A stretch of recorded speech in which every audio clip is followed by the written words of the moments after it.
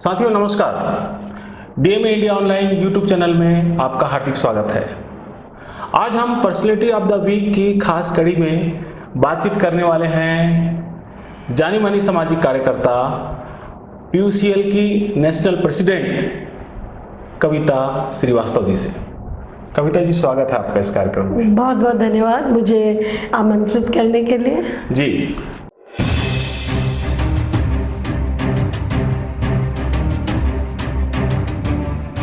साथियों, जैसा कि मैंने आपको बताया कि पीयूसीएल की प्रेसिडेंट है और मानवाधिकार सामाजिक मुद्दों को लेकर के लगातार काम कर रही है। आज इनसे ही इन्हीं के बारे में हम बातचीत करेंगे और जानने की कोशिश करेंगे कि ये कैसे काम कर रही हैं और इनकी संस्था जो है वो किस प्रकार से अपनी जो सहूलियतें हैं वो देती हैं। तो कविता जी, मैं ये जानना चाहूँगा कि आप बेसिकली कहाँ के रहने वाली हैं और शुरुआती पढ़ाई लिखाई आपकी कहाँ पर? तो आप ये मान लीजिए कि हम राजस्थान से, वैसे मेरे पेरेंट्स दोनों सेंट्रल सर्विसेज में थे, तो वो लोग यूपी के हैं। अच्छा। देहरादून, मसूरी, और ये पिताजी तो पूरे देश भर में घूमते थे। ट्रांसफर हो? हाँ, ट्रांसफर और फील्ड, लंबा फील्ड वर्क। वो सर्वे ऑफ इंडिया में थे, तो मैप्स जो इस देश के लिए मैप्स बनाते हैं वो, और एवरेस्ट का को भी नापा था, तो वो तो बहुत ट्रैवल करते थे। लेकिन मेरी पैदाइश के बाद, मेरी पैदाइश माउंट आबू राजस्थान में हुई है, फिर उन्होंने अपने आप को एक तरीके से स्थायी कर दिया, कम फील्ड ट्रिप्स ली। मम्मी ने तो एकदम ही अपने आप को स्थायी कर लिया। तो हम लोग 5 बहनें, मैं चौथी बहन हूँ। अच्छा। मेरे से एक और छोटी है। फिर हम लोग जयपुर आ गए, और आप ये मान सकते हैं 40-45 साल से हम जयपुर में ही हैं, और जयपुर में हमारा घर है, तो हम जयपुर के वासी। ठीक। मतलब ये है कि अभी आप जयपुर में ही सेटल हैं। हाँ। जी। तो जैसा कि पीयूसीएल जो संस्था है वो ख़ास तौर पर ह्यूमन राइट्स को लेकर के काम करती है और तमाम दूसरे भी जो सोशल मुद्दे हैं उनको भी लेकर के काम करती है। तो मैं ये जानना चाहूँगा कि ये पीयूसीएल में आप कैसे आई और कैसे आपने नेशनल प्रेसिडेंट तक का सफ़र जो है तय किया? तो आपको हैरानी होगी कि मैं हूँ एक्चुअली महिला आंदोलन से जी। अगर आप पूछें। हाँ। क्योंकि 80 के दशक में तरह तरह की विचारधाराएं थी और स्वतंत्र थे कोई भी विचारधारा से जुड़ जाना। मुझे बहुत सुकून मिला जब मैं महिला आंदोलन के साथ जुड़ी, और हमने बनाया भी राजस्थान में ज़बरदस्त महिला आंदोलन बनाया, ग्रामीण महिलाओं द्वारा लीडरशिप वाला हम लोगों ने बनाया, और बड़े बड़े आंदोलन किए। आपने शायद सती के विरुद्ध जो आंदोलन, उसमें हम लोगों ने बहुत काम किया, उसमें हम लोग अदालत भी गए। फिर भवरी देवी जो सामूहिक बलात्कार कांड, जिसे भवरी ने एक तरीके से इतनी बहादुरी से खड़ी हुई किया था। हाँ, और हम लोग सब उसके साथ थे। और फिर विशाखा गाइडलाइन सुप्रीम कोर्ट में से आई, जो कार्यस्थल पर यौनिक हिंसा को लेकर। और इसी दरमियान शुरुआती दौर में तो मैं एक रिसर्च इंस्टीट्यूट में नौकरी करती थी, लेक्चरर के पद पे, जहाँ पे मेरा काम एक महिला विकास कार्यक्रम सरकार का था, जिसमें उनकी कोलैबोरेशन एनजीओज के भी साथ थी। तो उसमें हम लोग बिल्कुल ग्रामीण औरतों को लीडरशिप ट्रेनिंग दे रहे थे और मंच बना रही थी। ऐसे सुना ही नहीं था कभी राजस्थान में इतना फ्यूडल सामंती प्रदेश, इतनी ज़्यादा महिला डिस्क्रिमिनेशन की। औरतें भी मंच बना सकती हैं, औरतें भी नेतृत्व कर सकती हैं। तो ये वाला काम में हम लोग जुड़े हुए थे, इसीलिए महिला आंदोलन में बहुत सहज रूप से राष्ट्रीय स्तर तक हम जुड़े। लेकिन इसके दरमियान हमने देखा कि मुद्दे और भी बहुत तरह तरह के हैं, और हमारे आजू बाजू कौन थे। एक्चुअली आपकी परवरिश किन लोगों के बीच में हो रही है। तो कॉलेज में जो हमारी प्रिंसिपल थी और एडवाइज़र थी, ये 2 इतनी क्या बोले एमिनेंट महिलाएं राजस्थान की। हेमलता प्रभु जो दक्षिण से आई थी, जब 20 साल की उम्र में थी, पहली महिला जिन्होंने, महिला डायरेक्टर, राजस्थान की पहली महिला डायरेक्टर जिन्होंने औरतों को स्टेज पे उतारा। आप सोच सकते हैं 43, 44 में औरतों को शेक्सपियर करवा रही हैं और सारे प्लेस करवा रही हैं अंग्रेजी के। और कृष्णा तरवे जो बनारस हिंदू यूनिवर्सिटी से आई, तो इन्होंने एक कॉलेज स्थापित किया था, कनोडिया कॉलेज, और मुझे सौभाग्य था कि मैं वहाँ पढ़ने गई। तो पहले दिन से ही वो लोग इतने दोस्ताना अंदाज में हम लोगों के साथ मिला करते थे। तो जब मिस प्रभु रिटायर हुई तो मिस प्रभु PUCL की राजस्थान की महासचिव बनी। अच्छा। और हमारी तो वो दोस्त थी। बाद में हमने कॉलेज छोड़ दिया, यूनिवर्सिटी चले गए, पर उनसे हमारा रिश्ता खत्म नहीं हुआ। हाँ। वो बना रहा, तो उनके घर जाया करते थे बहुत। फिर वो PUCL में आई। फिर 1989 में सती के बाद, सती का पूरा आंदोलन उन्होंने लीड किया। अच्छा। हेमलता प्रभु के नेतृत्व में सारी राजस्थान की महिलाएं आई थी और उन्होंने लीड किया था। तो 89 में राष्ट्रीय कॉन्फ्रेंस PUCL सती के बारे में आपने जैसे बताया, तो एक प्रश्न मेरे दिमाग में आ रहा है कि आप लोगों को तो काफी संघर्ष करना पड़ा होगा, क्योंकि सती को लेकर के लोगों के मन में भगवान जैसी आस्था, और साधु आप ये समझिए कि एक बड़ा जो सामंती वर्ग है वो उसको बहुत फेवर करता है, और कई मंदिरें भी बनाई गई सती को लेकर के। तो मुझे लगता है कि कैसे थोड़ा से, तो ये मैं आपको बहुत ही संक्षेप में, क्योंकि इसमें मेरा सबसे रुचि वाला विषय भी है। दरअसल राजस्थान में ये जो रूप कंवर सती हुई थी वो देश की 40वीं सती थी आफ्टर इंडिपेंडेंस, और 26 राजस्थान की।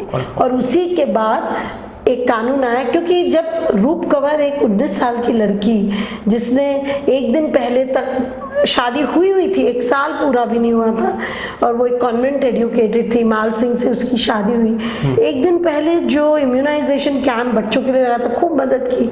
अब अगले दिन क्या हो गया कि वो चल दी अपनी आप को अपने पति की चिता में जलाने। तो ये हम लोगों ने स्वीकारा नहीं। हमने कहा ये ऐसे नहीं हो सकता है, वो तो हम उससे 1-2 वर्ष बड़े हैं, ये ऐसे नहीं हो सकता कि वो अपने आप को इस तरीके से कोई भी शांतिपूर्वक जला देगा। ये तो लोग आपको ओपियम देते हैं, नशा देते हैं और फिर ले जाते हैं। और ये भी सुनने में आया था 3 बार गिरी थी और पूरा गांव देख रहा है। आप सोचिए इतनी ज्यादा सती में आस्था कि आप एक इंसान को जलते हुए देख सकते हैं। तो फिर हम लोगों ने देखा कि राजस्थान सरकार तो बिल्कुल पूरा सपोर्ट कर रही है, बसें लगाई हैं, क्या महिमा मंडन रोज अखबारों में लंबा आ रहा है, क्या महिमा मंडन चल रहा था सती का। जब हम लोग अदालत गए, क्योंकि एक चुनरी महोत्सव जो 12वीं होती है 13वीं होती है, उसमें अगर एक औरत सती बनती है, वैसे भी माँ के घर से सामान आता तो एक चुनरी चढ़ाई जा रही थी, प्रथा है। हाँ, चुनरी महोत्सव, 2.5 लाख की चुन्नी चढ़ाएंगे, रोज अखबार में ऐसे तारे, ऐसा सोना, ऐसी ये सारा करके चुनरी। तब हम लोग अदालत, जब हम लोग पहले रैली निकाली हमने, और रैली जब हम लोगों ने निकाली हमने धारा 144 तोड़ी। और जब हम लोग घुसे सेक्रेटेरिएट के अंदर, तो ना दारद, ना चीफ मिनिस्टर, ना चीफ सेक्रेटरी, ना होम सेक्रेटरी, ना कोई भी नहीं वहाँ पे। तब हम लोग बगल में ही हाई कोर्ट है, राजस्थान हाई कोर्ट का, हम लोग राजस्थान हाई कोर्ट गए। एक तब रिट याचिका का दौर था, हम लोगों ने जल्दी से 6 लोगों ने मिलके एक रिट याचिका लिखी, छोटी सी, वो तो पत्र भी रिट याचिका के नाम पे चल रहा था। तो वो तो हम लोग को पहले जीत हुई, जहाँ पे एक पूरा समाज जिससे रूप कंवर आ रही थी, जो अपना शौर्य वीरता अपने आप को प्रतीक मानते हैं, सामंती राजपूत समाज, वो भरे हुए थे। लेकिन अदालत ने सीधा कहा कि ये नहीं चल सकता है। तो उन्होंने 2.5 लाख लोग पहुंच गए थे, उन्होंने कहा ये नहीं होगा चुनरी महोत्सव, तो 10 बजे के बजाय 8 बजे ही कर दिया। सरकार को भी डिफीट किया। तो वहाँ पे हमने देखा कि सती को लेके इतना ज़्यादा महिमा मंडन, तो फिर कानून के लिए हम लोगों ने प्रयास किया, लेकिन बात वहाँ नहीं ख़त्म हुई, बात चलती रही और अनेक समाज साधु संत कूद गए और उन 70,000 लोग रैली निकाल रहे। उसके पहले हम लोगों ने 5,000 महिलाओं ने रैली निकाली कि सवाल नारी की पहचान का है, सवाल नारी के सम्मान का है। ये कोई जातिवादी की बात कर ही नहीं रहे, कह रहे हमारी जाति को ठेस पहुंचा रहे, हमारी वीरांगना, हमारी सती, ये सारा। तो खैर, तो ये फिर हम लोगों ने देखा पूरा एक तरीके से पोलराइज हो गया था। लेकिन जैसे होता है, अगर आप देखें न्याय तो कुछ हुआ नहीं। 97 में पहली बार जब सती का फैसला आया, सती बनाने में बहुत ज़्यादा महिमा मंडन वाले भी केसेस हुए, और सती जो आपराधिक मामला, ये जो ससुर के विरुद्ध में, देवर के विरुद्ध में और सबके विरुद्ध में, गांव के लोगों के विरुद्ध में, उसमें सब बरी हो गए। 97 में 32 लोग थे, सब बरी हो गए। उनको सती किया गया कि वो रुक गई, जिनके बारे में आप चर्चा? रूप कवर की तो हुई, अच्छा, हो गई, जल के राख हो गई, और वहां वो लोग मंदिर बनाना चाहते, वही तो हम लोगों ने रोका। उसके बाद उन्होंने चुनरी वगैरह का जो नहीं, वो तो 13वीं, वो तो हाँ 13वीं को चुनरी, वो तो जल के राख हो गई, फिर ही तो अखबारों में आया। तो फिर आप सोच सकते हैं क्या लड़की को पे बीती होगी। तो फिर जब ये कानून बनाने का हुआ कि अब ठीक है, राजा राम मोहन रॉय का कानून है, लेकिन ये तो रुकना पड़ेगा।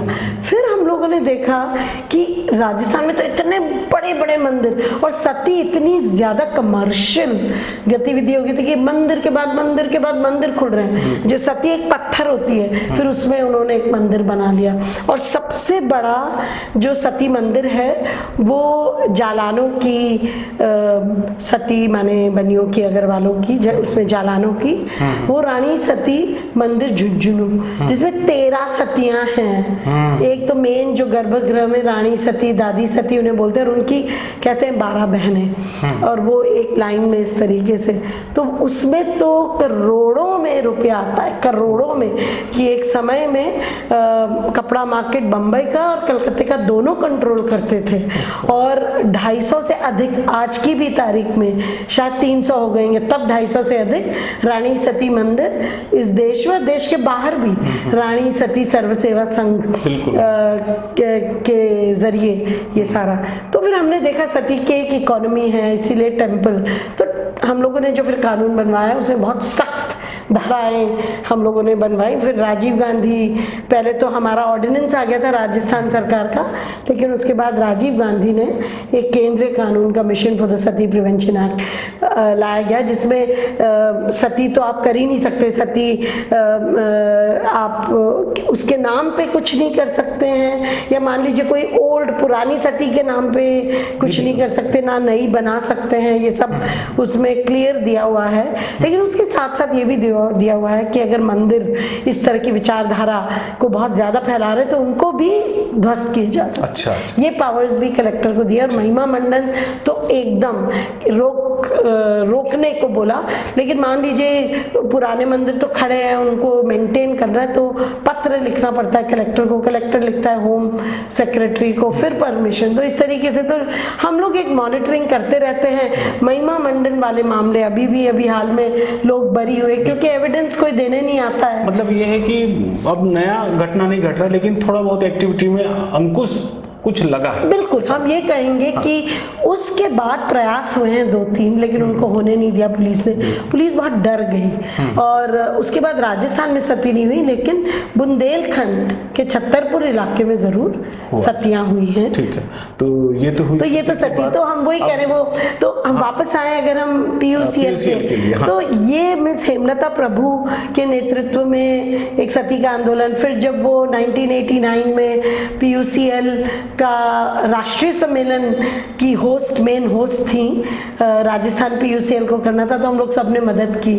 फिर धीरे धीरे हमने देखा, पहली बार जयपुर में दंगा हुआ 89 में, तो PUCL की रिपोर्टें बनाने लग गए हम लोग, और अन्य मुद्दों पे भी खूब PUCL की रिपोर्टें बनाने, उसमें हम जुड़ते थे। तब तक मेंबर भी नहीं थी मैं। फिर जब दंगे हुए तब हम लोगों ने PUCL के नेतृत्व में पूरी relief activity, report, fact finding, ये सारे मैंने 40-50 लोग शहर के जुड़ के, और फिर हमने देखा कि PUCL में जो लोग काम करते थे बहुत ज़्यादा किनारे हो गए। तब हमने PUCL 4-5 साल हमने देखा, 92-93 तक तो ठीक थी, फिर हमने देखा बिल्कुल ढल गई। तब मिस प्रभु ने हम लोग सबको बुलाया और कहा इसको बढ़ाओ, तो 97 में मैंने मेंबरशिप ली राजस्थान में, और फिर हमने इसको आगे चलाया। पहले मैं जॉइंट सेक्रेटरी थी, फिर जनरल सेक्रेटरी बनी, राजस्थान की प्रदेश अध्यक्ष भी बनी, और राष्ट्रीय स्तर पे भी पिछले 20 सालों से संगठन सचिव, फिर राष्ट्रीय सचिव और अभी राष्ट्रीय अध्यक्ष।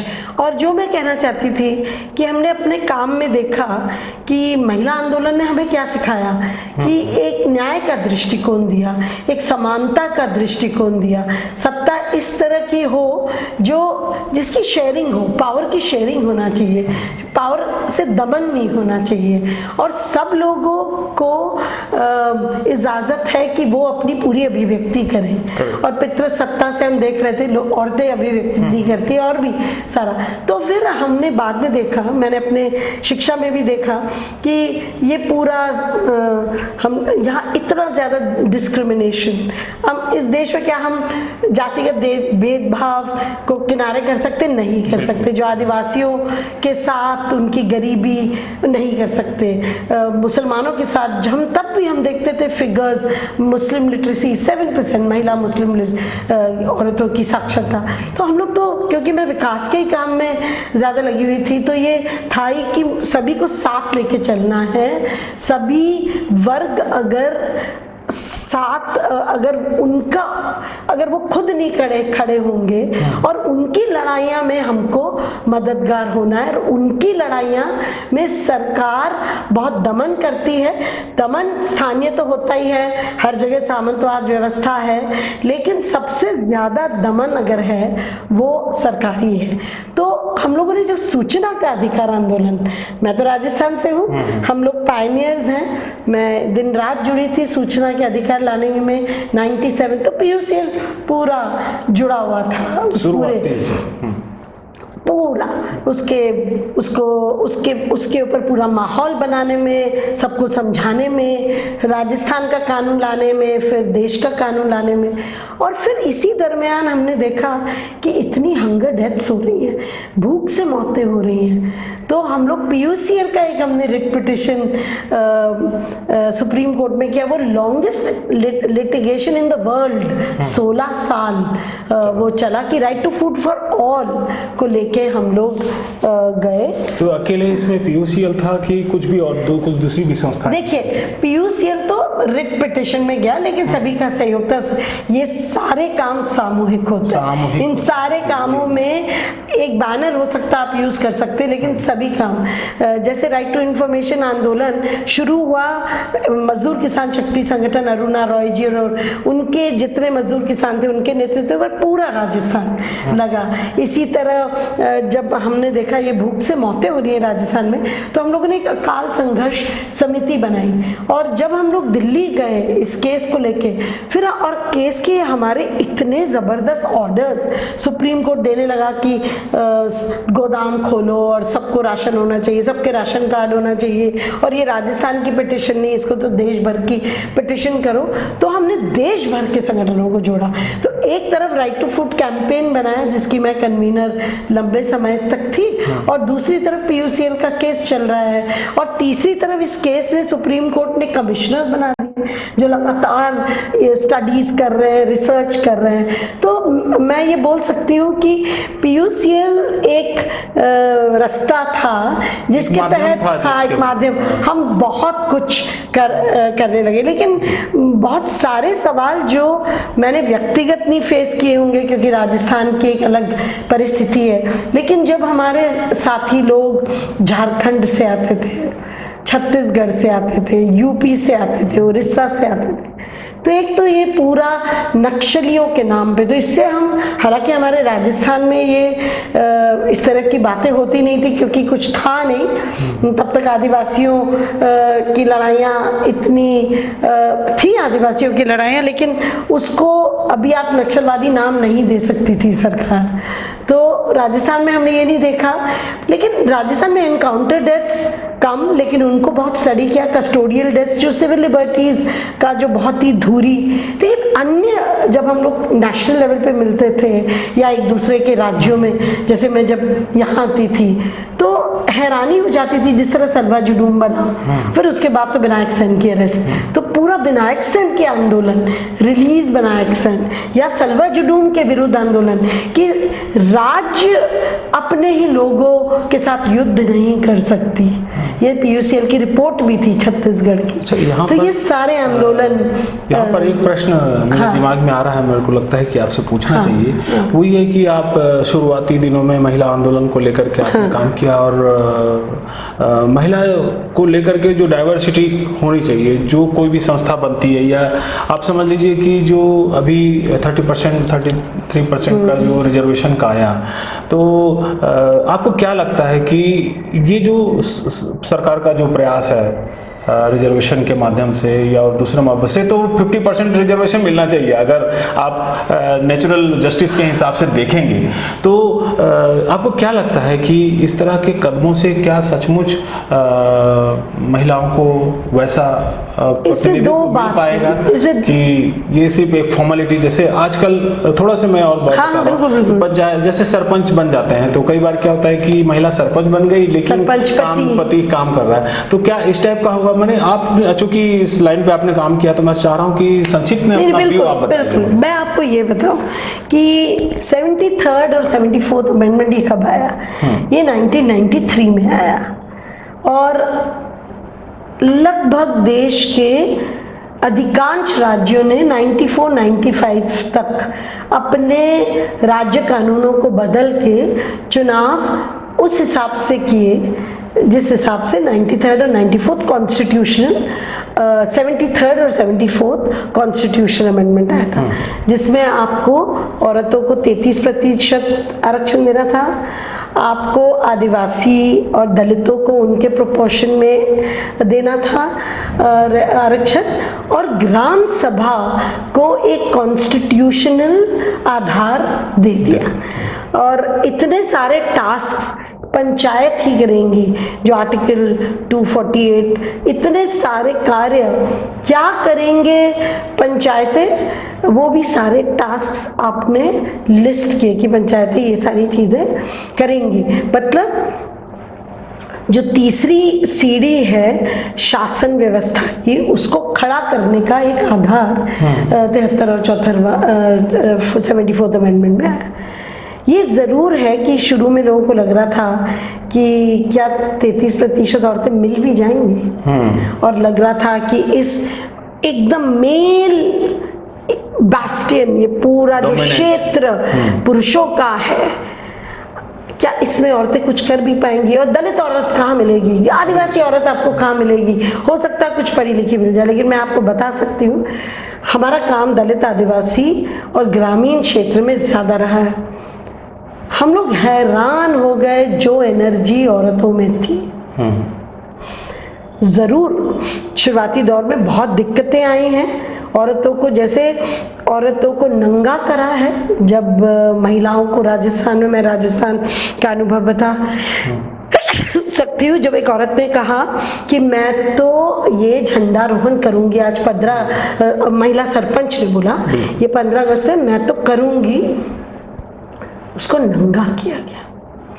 और हमको ये कहानी मालूम पड़ी, उसके बाद हमने जाके FIR वगैरह लिखवाई। इसके अलावा हम लोगों ने देखा कि एक महिला खुद वो झाड़ू लगाती थी और वो बन गई महिला सरपंच। तो वो रोज़ अपनी झाड़ू लगा के सुबह का वो सारा काम करके घर घर रोटी लेके फिर जाके पंचायत को साफ करती थी, फिर पंचायत में। एक और सफाई कर्मचारी वर्ग की महिला जब सरपंच बनी, उसने कहा कि मैं तो कुर्सी पे बैठूंगी ही नहीं। तब लोग हमारे घर उसको लेकर आए कि भाई दीदी इनको समझाओ। तो मैंने कहा कल मैं आ रही हूँ, मेरी जितनी भी तबीयत खराब हो मैं आ रही हूँ, तुम्हें कुर्सी पे बैठना होगा। और ऐसा नहीं है तुम सरपंच हो, तुम तो चाहती हो वो जो तुम्हारा गांव करना चाह रहा है। तो उसको बहुत प्रोत्साहन दिया। फिर हमें लगा उसी दौर में कि हमें ट्रेनिंग्स करनी चाहिए, और पूरे राजस्थान के अनेकों संगठन समूह ट्रेनिंग्स करने में लग गए महिलाओं की, उनको समझाने के लिए ऐसी क्यों महिलाएं जो औरत चुन के आई हैं उनकी ट्रेनिंग, उनकी ट्रेनिंग बिल्कुल, क्योंकि वार्ड मेंबर सिर्फ सरपंच ही तो नहीं थी, वार्ड मेंबर्स भी तो थी, वार्ड मेंबर भी थी, पंचायत जो पंच भी रही होंगी, नहीं ब्लॉक लेवल की ब्लॉक पंचायतों की, हमारी पंचायत समिति, जिला परिषद, बिल्कुल। ये तीनों स्तर की औरतें। तो हम लोगों ने खूब ट्रेनिंग, और देखिए एक पुरुष भी है ना, वो भी अपना सपोर्ट ग्रुप बनाता है। बिल्कुल। तो औरतें अपना सपोर्ट ग्रुप, आप बताइए क्या बनाएंगी? क्या उनको घर के अलावा और किसी की जानकारी होती नहीं होती है? औरतें अपनी रिश्तेदारी में ज्यादा रहती हैं, तो वो अपने अगर पुरुष का साथ लेते हैं, हम इसको उनको क्यों बदनाम करते हैं? और ये साथ साथ हमने पुरुषों को बोला कि आप डोमिनेट नहीं करोगे। यहाँ तक कि औरतों को इतनी मुश्किल, आप बताइए उसको दफ्तर में जाना है, सारे बिल सबमिट करने हैं, वो जो मुलाजिम है उस पंचायत समिति, वो तो उसको खा जाए, तो वो अपने गांव के पुरुषों को लेके जाती थी नेगोशिएट करने। औरतों ने तरीका सीखा। देखिए एक तरफ हम जरूर मानेंगे कि लोकतंत्रीकरण का बेस्ट तरीका ये था, हालांकि इसकी बहुत सीमाएं भी हैं, लेकिन एटलीस्ट प्रतिनिधित्व बढ़ा, थोड़ा सा डिसेंट्रलाइज हुआ, डेमोक्रेटाइज हुआ, पंचायतों को पैसा आने लगा। अब आप देखिए नरेगा में पंचायतों को 2-2 करोड़ 3-3 करोड़, और औरतें संभाल रही हैं उस पैसे को। एक महिला सरपंच नौरती बाई ने अपनी पूरी पंचायत को डिजिटाइज किया, सारे अकाउंट्स को डिजिटाइज, सब कुछ डिजिटाइज किए, क्योंकि वो पढ़ी लिखी नहीं थी, लेकिन एक संस्था के साथ काम करती थी, SWRC, वो बैरफुट कॉलेज, उसमें उसने पूरा पढ़ी। और फिर और उसका ये भी था कि 1981 में जो पहला one of the first writ याचिका लगी थी, जब जस्टिस भगवती ने कहा था कि लोग आए रिट याचिका में, तब उसके काम की, जहाँ पे मजदूरी 7 रुपए 81 में राजस्थान में थी, 3-3 रुपए दिए जा रहे थे, तब उसने 400 औरतों को जोड़ा था। तो ये नौरती बाई ने जबरदस्त काम, डिजिटाइजेशन, लड़कियों के लिए कंप्यूटर्स, और शमशान और कब्रिस्तान को लेके झगड़े होते थे, उसने बाउंड्री बनाई। तो मैं ये कहना चाहूँगी कि बहुत सारी औरतें तैयार थीं, बहुत अच्छा हुआ ये पॉलिसी आई, इसमें संघर्ष बहुत है औरतों का। लेकिन जो विधानसभा आप जिस तरह आपका संगीत है, देखिए 97 से हम लोग लड़ रहे हैं, Geeta Mukherjee report, member of parliament. अब गीता मुखर्जी ने क्लियर कर दिया था, लेकिन किसी भी सरकार की हिम्मत नहीं हुई। उसके बाद आई भाजपा सरकार, अटल बिहारी वाजपेयी की, उन्होंने कुछ भी ये भी एक दुखद है कि एक प्राइवेट बिल लिया गया है, मतलब किसी सांसद को उस बिल को पेश करना चाहिए था, मतलब गवर्नमेंट की तरफ से जाना चाहिए। तो मैं कह रही हूँ ना, तो वो जो इतिहास देखिए आप 97 से लेके 2022-23 में आप लेकर आते हैं उस कानून को, तो आप देखिए कितने सारे साल, 25 साल बाद वो कानून नरेंद्र मोदी सरकार लाए। मैं एक और बात कहना चाहती हूँ, 1 मिनट दीजिए। हमने ये देखा कि 33% से ज्यादा औरतें जीत कर आने लग गई। अनेक राज्यों ने 50% कर दिया, हमारे राज्य में 50, बिहार में भी 50। अब कुछ पार्टियों ने किया नहीं, 50% पंचायती राज में औरतों का आरक्षण, इसमें सब पर ये तो बढ़ाया ना, मैक्सिमम माने राज्य कर चुके हैं। हाँ मैक्सिमम, और उससे भी ज्यादा आ रही है। तो ऐसा क्या है कि आप विधानसभा और पार्लियामेंट में नहीं, क्योंकि औरतें तो तैयार हैं। आप बताइए पंचायत में जब उन्होंने काम किया, पंचायत से तो आएंगी MLA और MP बनने। तो आपने बताया कि किस प्रकार से रिजर्वेशन को लेकर के महिलाओं में उत्साह है और काम भी कर रही हैं, ग्रामीण क्षेत्रों से लेकर के शहरी क्षेत्रों तक में उनके काम को आप देख सकते हैं और अंदाज़ा लगा सकते हैं कि महिलाएं कितनी जागरूक हैं सब काम करने के लिए। तो आप लगातार महिलाओं को लेकर के काम कर रही हैं, अभी POCL में भी हैं। तो जाते जाते मैं जानना चाहूँगा कि ऐसी महिलाएं जो कि इस वक्त इस प्रोग्राम को देख रही हैं और वो चाहती हैं कि अपनी एक भागीदारी, अपना एक कंट्रीब्यूशन पॉलिटिकल में या सोशल में या ह्यूमन राइट में आए और काम करें, तो अगर आपका कोई सलाह होगा तो आप उनको। तो पहली चीज़ मेरी कि आपको शिक्षित तो बनना होगा, पढ़े। और ये मुझे आपको कहना नहीं है, आप में से शायद अधिकांश बहनें शिक्षित होंगी, लेकिन कई जगह लड़कों से ज्यादा शिक्षित है और बहुत संघर्ष करके महिलाएं शिक्षित लेती हैं। हाँ। तो ये जो शिक्षा का जो हम लोगों को ताकत मिली है, जैसे हमको भी शिक्षा से ताकत मिली, उस ताकत को आप शादी विवाह में उसको समर्पित ना कर लें। आप जरूर विवाह करिए, आप माँ बाप के ढूंढे हुए वर से विवाह करते हैं तो ठीक, आप खुद चयन करते हैं तो ठीक, आपको हक है पूरा अपना चयन करने का। लेकिन आप अपनी शिक्षा को जगाए रखें, इसका मतलब आप हिंसा घर के अंदर बिल्कुल ना सहें। ना पिता के घर पे हिंसा, ना पति के घर में हिंसा, ना बेटे के घर में हिंसा। बुजुर्ग महिलाओं की भी बहुत बुरी हालत होती है, लात मार मार के लोगों से। तो ये हमें पहली चीज है कि हमें हिंसा बिल्कुल नहीं स्वीकारनी है। स्टॉप वायलेंस, ये हमारा अंदर से संकल्प होना चाहिए। बिल्कुल भी नहीं हम हिंसा सहेंगे। हो सकता है मेरी नासमझी किसी बात में हो, आपका फैसला सही हो, मैंने नासमझी की है तो बात की जा सकती ना। दूसरा चीज, ये जो शिक्षा हमने प्राप्त की है, क्या हम अपने परिवार को लोकतांत्रिक बना सकते हैं? मैं अपने लिए भी उसमें जगह बनाऊं, मैं अपनी बेटियों के लिए भी जगह बनाऊं, मैं अपनी सास और माँ के लिए भी जगह बनाऊं। हाँ, उसको हम लोकतांत्रिक बनाए। हमारे रिश्ते एक्चुअली घर के अंदर सबसे ज्यादा गैर लोकतांत्रिक होना चाहिए। हाँ, और मैं इससे औरतों से कह रही हूँ क्योंकि औरतें कर सकती हैं, इसके लिए संघर्ष करना पड़ेगा, इसके लिए लड़ाई लड़नी होगी। तीसरी चीज, अगर आप कामगार औरत हैं, यौनिक हिंसा बिल्कुल नहीं सही। आपका ये मानव अधिकार उल्लंघन है, आप काम कर ही नहीं सकती हैं। इसके हम लोगों ने विशाखा गाइडलाइंस हम लोगों ने बनवाई थी सुप्रीम कोर्ट से, भंवरी देवी वाले केस में। उसके बाद वो तो 97 में आई, उसके बाद पूरा कानून 2013 में आया, लेकिन आज भी लागू नहीं हो रहा। इसलिए RG कार मेडिकल हॉस्पिटल में उस डॉक्टर के साथ ही हुआ। तो आपका हक है सेफ स्पेस, कहीं भी जाएं आपका हक है सेफ स्पेस।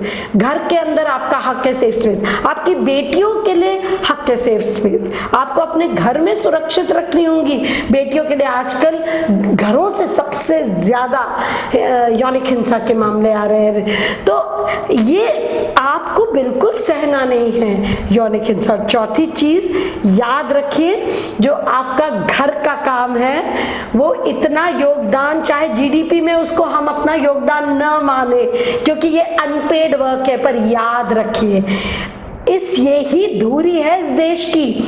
आप केयरिंग करती हैं, आप सोशल प्रोडक्शन में हैं, बच्चे पैदा करना आप सोशल प्रोडक्शन में है भाई, तभी तो सरकार को मैटरनिटी लीव देनी पड़ती है, तभी तो हम कहते हैं मैटरनिटी एंटाइटलमेंट दो, मातृत्व हक दो, और जो राइट टू फूड कानून में आया है।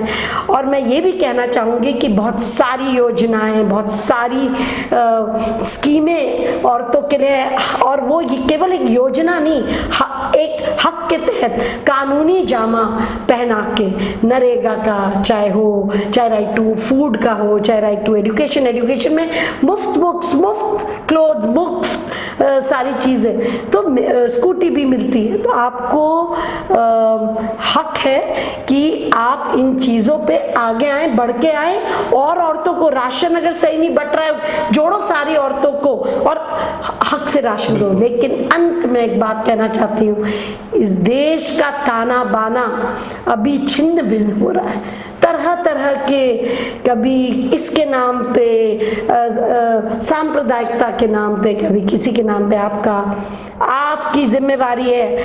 औरतें दुनिया भर में शांति के आंदोलन लीड किया है औरतों ने। औरतों ने कहा है बहुत हो गया तुम पुरुष लोग, ये युद्ध तुम बंद करो। हम औरतें शांति चाहती है, क्योंकि शांति, जब शांति का समय होता है तभी तो हमारी सृजनता, हम पूर्ण रूप से इंसान की एक अभिव्यक्ति कर सकते हैं। तो मेरा ये मानना है, आप उस हिंसा और नफरत जो आपकी चारों ओर है उसमें मत घुसिए, बल्कि आप वो मिसाल बनिए जो इसको रोकती है, मिटाने के लिए अपना एक और जोड़ने के लिए, और भाईचारा और बहनचारा को लाइए, क्योंकि बिना फ्रेटर्निटी, बिना भाईचारा के कोई यूनिटी नहीं होती, कोई देश नहीं। तो कविता जी, आपसे बात हुई, बड़ा अच्छा लगा, और मन नहीं कर रहा था कि आपकी बात को यहाँ पे खत्म किया जाए, लेकिन समय की अपनी सीमाएं हैं। तो बहुत बहुत धन्यवाद, आपने अपना एक बिजी शेड्यूल से समय निकाला हमारे साथ बातचीत करने के लिए। और साथियों, धन्यवाद आपको भी कि आपने इस वीडियो को ध्यान से देखा। अगले हफ्ते फिर हम किसी खास पर्सनैलिटी को लेकर पर्सनैलिटी ऑफ द वीक की खास कड़ी में आपके सामने फिर से रूबरू होंगे। तब तक के लिए बहुत बहुत धन्यवाद। नमस्कार।